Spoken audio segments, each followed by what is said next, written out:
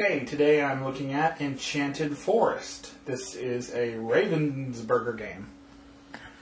This is actually an older game, but it's had a lot of different editions released, and it's more for the younger crowd, but anybody can enjoy it, because I certainly do. It's a fun little game. It's got some very nice artwork, and this is actually Ravensburger, which is a German company. Take a look on the back here. Shows you what you get. Got all these little trees, cards, dice, and a board. And it says here 2 to 6 players, 6 to adult. 30-minute time. Yeah, that's about right. 6 to adult. And I'm in the adult class. This actually, Ravensburger makes really nice games. Very high quality. This is probably the thickest box game I've ever seen in my entire life. Or most of the Ravensburger games, I guess, are like this. Like Amazing Labyrinth is very similar. It's very thick cardboard and a very nice actual, I guess, lithograph. I don't know what they call it on the front. Instruction manual. Nicely done game board here. Got a castle on this end and all the little spaces, little round dots. And you got the starting town on this end.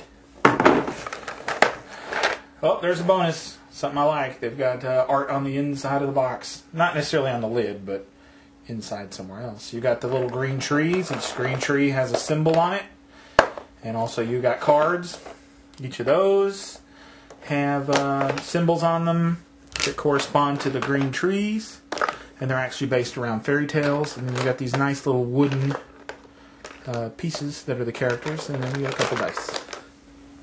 So this is how you start this game up. You basically take and mix around all the little trees so you don't know what's underneath what. Place them on the trees, symbols. And this is actually just a memorizing game. It can still be fun. You've got your stack of cards here with all the different fairy tale themes on them. You'll mix those up, put them down here in the castle. Roll your dice, see who goes first. Basically, this is one of those games where you roll the dice. You can use any combination of the 2 dice that are rolled. You can use 2 or 3, you can use 5. You move your piece, and you can go backwards and forwards even if you want to, as long as it's the total of the dice or one or the other of the dice.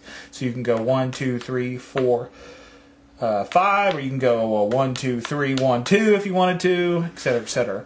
You're going to move around the board, try to land by exact count on the blue spots, which lets you look at the tree. And on this particular one here, can't get it to work, is Bag of Pearls.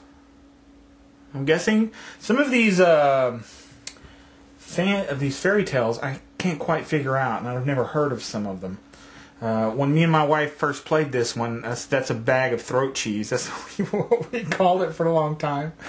There's a crown from the Emperor's New Clothes. There's a pearl. I don't know when that one's from. I can't remember. There's some coins. I'd never heard of that one. There's Rapunzel's hair coming out of a castle, etc., etc. So, basically what you do is the characters move around, try to memorize where each of the fairy tale symbols are at. So that if at some point or another they've hit most of them. And what happens is the first of the game, you flip over that top card. So basically, the character wants to try to find the wolf from the Little Red Riding Hood. So they move around the board, land, look, and once they found it, which I seem to have jumped over it, here it is.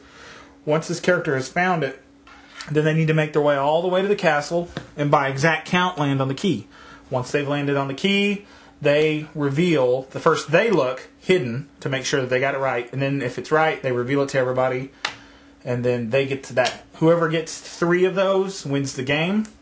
There's a couple of little wrenches that you can throw into the game. If you get a double, that lets you change the card on the top of the deck. It can also allow you to, wherever your piece is at, move to any of the blue spots to take a look at the tree. Or it'll allow you to put your piece here where the little horseshoe is. That kind of cuts your travel time down so you can actually head to the castle quicker. The only other rule I can think of is that if you can, and you're able to, you can actually land on your opponent and send them back to the town center. And that is it. It is very basic, but it's fun because it's fun to try to remember where stuff is at, because inevitably you forget. And if you sit there and say, oh yeah, I remember where it was, and you look, oh no, that's not it, your guy has to go back to the town here, which isn't really no big thing. It's not like it's really far away from anything. And that's pretty much it. Ravensburger makes some really nice stuff. The boards are really high quality. The pieces are high quality. Because of the high quality of this game, I'm going to give this a 3. Yeah, it's nothing that's going to tax your mind or is going to give you hundreds of hours of enjoyment, but the overall total package is enough to give it a 3, especially if you have kids. It's not really that much of a combative sort of gameplay, so that's also a bonus for kids. There you go.